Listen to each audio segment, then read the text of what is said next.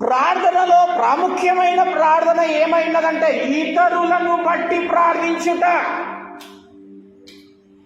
ఇతరులను గూర్చి ప్రార్థించుట.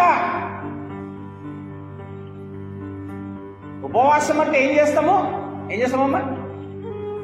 అన్న పానములు బంద్. ఇంకా ఏమైనా చేయొచ్చు. ఇంకా ప్రాముఖ్యంగా చేయాలి ఏంటంటే ఉపవాసం, అన్నము పానము మానేయాలి. ఈ మానేయడం, అన్నపానములు మానివేయడం వల్ల క్రైస్తవ్యం ఏమనుకుంటుందంటే ఇంకా నా అంత ఉపవాసం ఎవరు చేయడం లేదనుకుంటున్నారు. ఎవరు తెలుసా? కొంతమంది 12 గంటల దాకా, కొంతమంది 1 గంట దాకా, కొంతమంది 3 గంటల దాకా, కొంతమంది 6 గంటల దాకా, ఎన్నెన్ని గంటలు ఎక్కువ చేస్తే అనుకుంటున్నారు అంతంత పరిశుద్ధులమని. హల్లెలూయా. బిడ్డ, నీ కడుపు మార్చుకొనడము వలన దేవుడి కనికరం నీ అందు రాదు.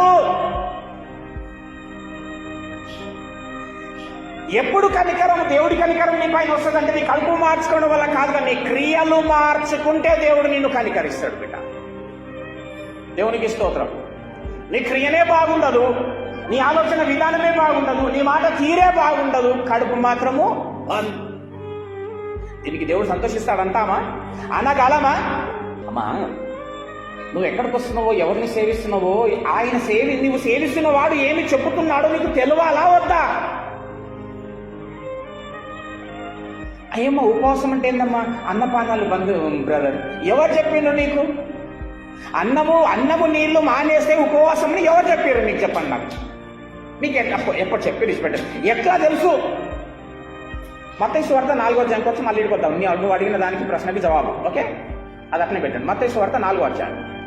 చాలా మట్టుకు సమాధానాలు ఏమొస్తాయి తెలుసా? మా నాన్న అట్లనే చేసిండండి, మా తాత అట్లనే చెప్పిండు, సంఘంలో అట్లనే చేస్తారు. దేవుడేం చెప్పిండు ఎవరికి చెవిన పట్టట్లే. దేవుడు ఏం చేసిందో చూద్దాం, కట్ చేద్దాం, మళ్ళీ ఎప్పుడైనా ఉపవాసం టాపిక్ లో మాట్లాడుకుందాం.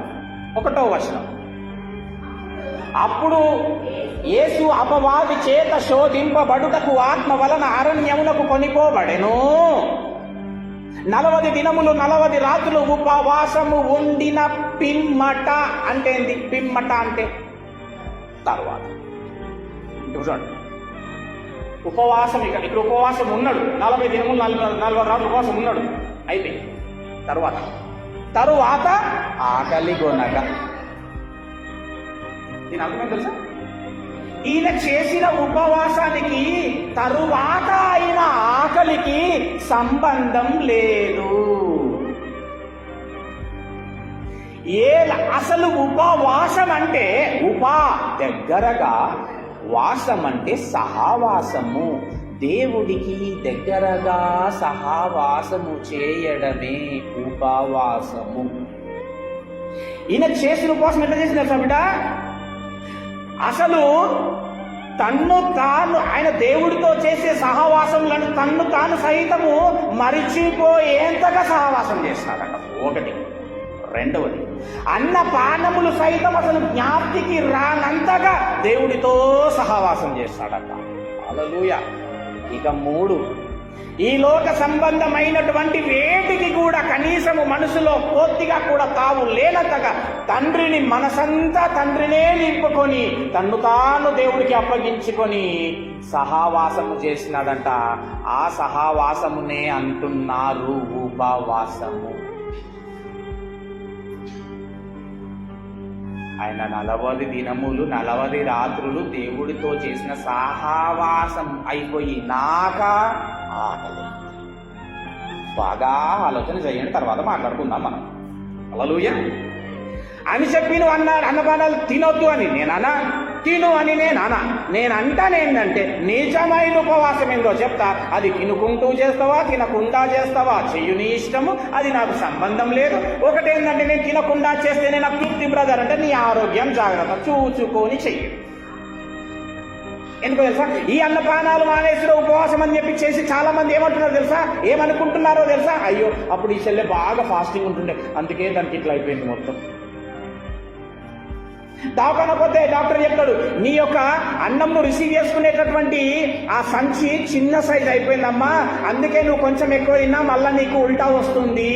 అయ్యి ఇట్లా అవుతుందట అని బయటకు చెప్పగానే, ఈ బయట నేనేమనుకోవాలి, ఇప్పుడు నేను చూసి ఏమనుకుంటా అంటే, పాపకు బాగా ఉపవాసం చేసింది కాబట్టి తినక తినక సంచి మొత్తం చిన్నగా అయిపోయి ఇప్పుడు ఎక్కువగా అందుకుంటలేదంట అన్నాన్ని. పాపం ఎవరు?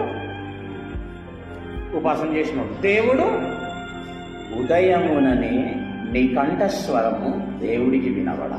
నేనేమంటా అంటే, దమ్ముంటే ఇది చెయ్యండి చూద్దాం. కుదరదు బ్రదర్, నేను బిజీ బ్రదర్.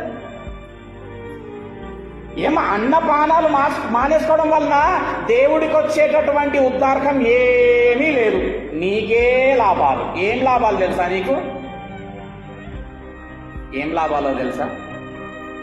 బియ్యం కూరగాయల ఖర్చు పోతుంది. ఏమ్మా బొర్రగిన ఏమన్నా ఉంటే కొంచెం డైట్ మెయింటైన్ అవుతుంది.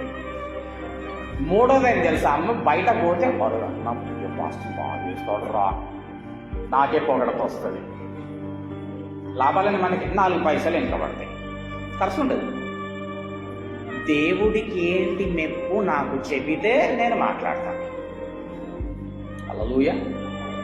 ఇప్పుడు చెప్తున్నాను చూడు, ఇతరుల కొరకు ప్రార్థన చేయి.